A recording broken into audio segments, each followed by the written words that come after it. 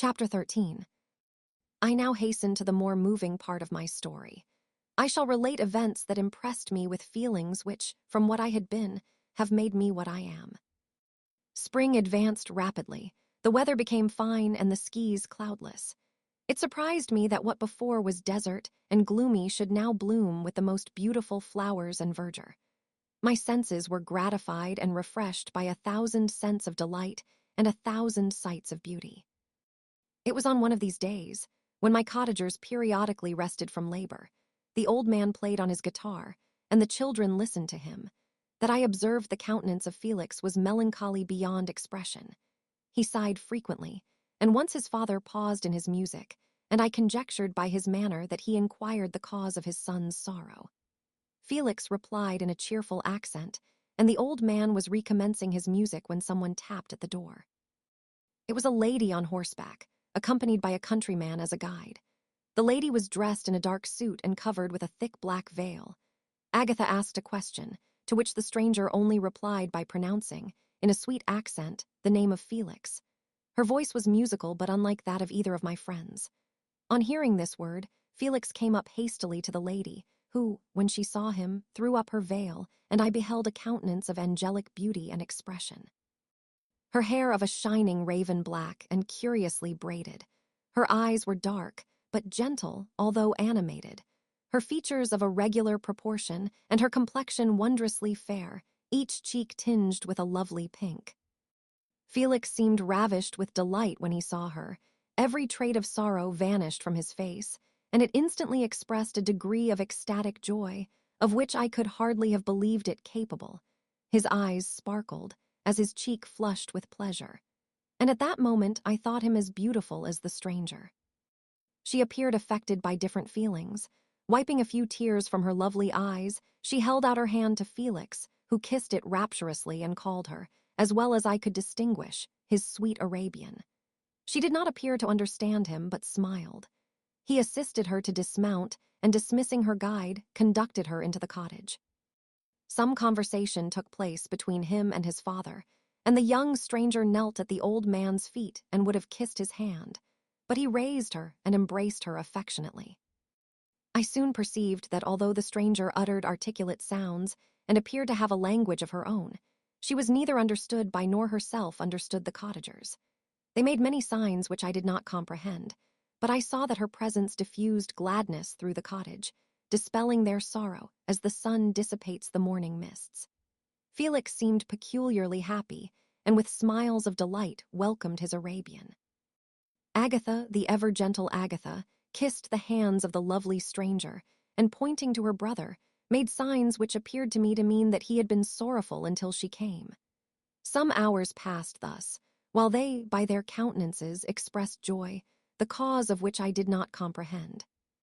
Presently I found, by the frequent recurrence of some sound which the stranger repeated after them, that she was endeavoring to learn their language, and the idea instantly occurred to me that I should make use of the same instructions to the same end. The stranger learned about 20 words at the first lesson. Most of them, indeed, were those which I had before understood, but I profited by the others. As night came on, Agatha and the Arabian retired early. When they separated, Felix kissed the hand of the stranger and said, "Good night, sweet Safie." He sat up much longer, conversing with his father, and by the frequent repetition of her name, I conjectured that their lovely guest was the subject of their conversation. I ardently desired to understand them, and bent every faculty towards that purpose, but found it utterly impossible.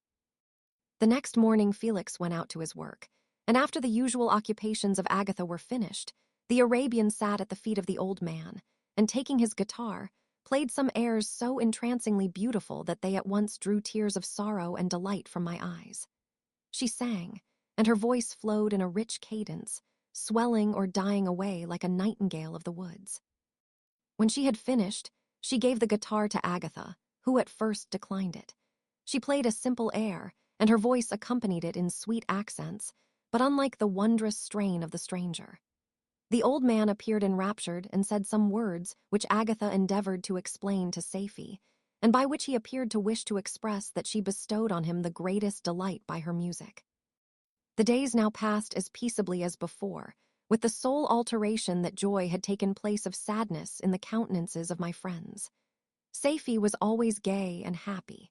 She and I improved rapidly in the knowledge of language, so that in 2 months I began to comprehend most of the words uttered by my protectors.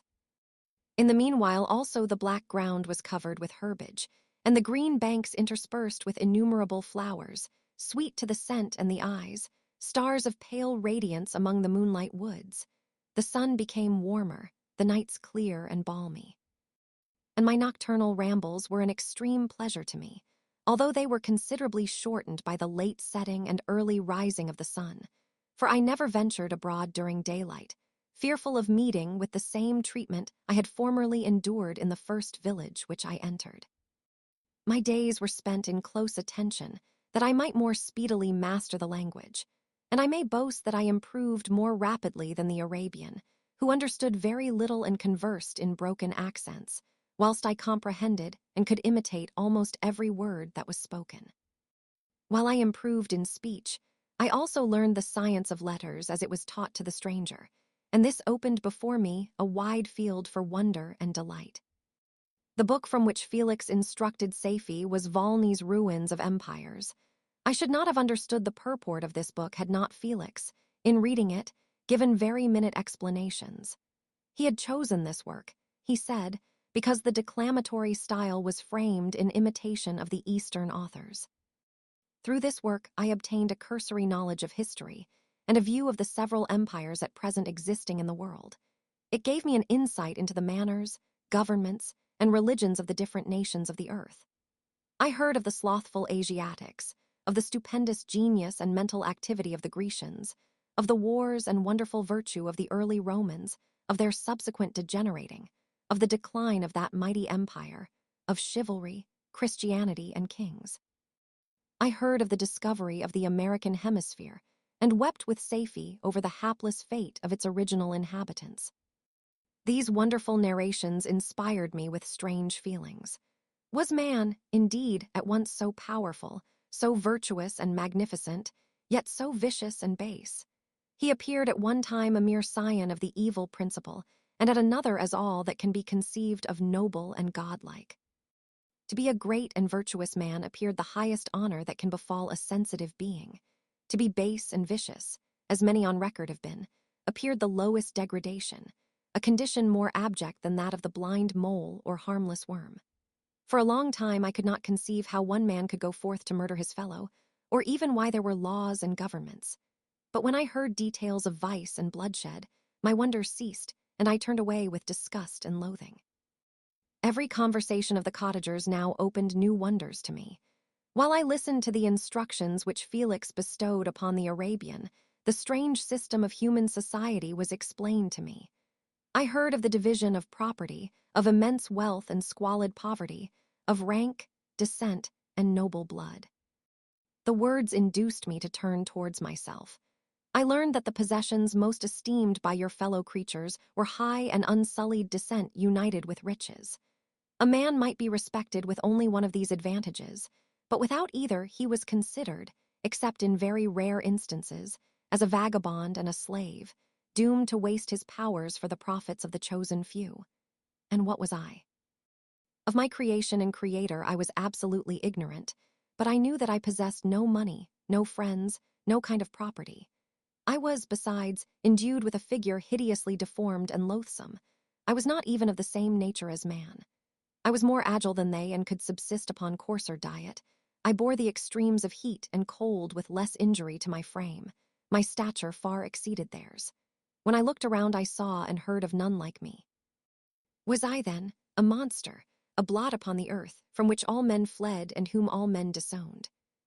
I cannot describe to you the agony that these reflections inflicted upon me. I tried to dispel them, but sorrow only increased with knowledge.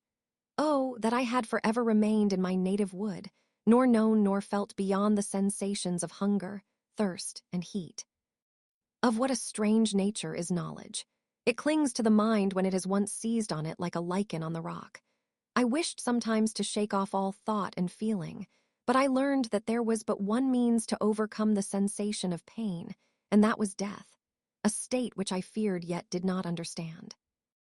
I admired virtue and good feelings, and loved the gentle manners and amiable qualities of my cottagers, but I was shut out from intercourse with them, except through means which I obtained by stealth, when I was unseen and unknown, and which rather increased than satisfied the desire I had of becoming one among my fellows. The gentle words of Agatha and the animated smiles of the charming Arabian were not for me. The mild exhortations of the old man and the lively conversation of the loved Felix were not for me. Miserable, unhappy wretch. Other lessons were impressed upon me even more deeply. I heard of the difference of sexes, and the birth and growth of children, how the father doted on the smiles of the infant, and the lively sallies of the older child, how all the life and cares of the mother were wrapped up in the precious charge, how the mind of youth expanded and gained knowledge of brother, sister, and all the various relationships which bind one human being to another in mutual bonds. But where were my friends and relations? No father had watched my infant days, no mother had blessed me with smiles and caresses, or if they had, all my past life was now a blot, a blind vacancy in which I distinguished nothing. From my earliest remembrance I had been as I then was in height and proportion. I had never yet seen a being resembling me or who claimed any intercourse with me. What was I? The question again recurred, to be answered only with groans. I will soon explain to what these feelings tended, but allow me now to return to the cottagers, whose story excited in me such various feelings of indignation, delight, and wonder, but which all terminated in additional love and reverence for my protectors, for so I loved, in an innocent, half-painful self-deceit, to call them.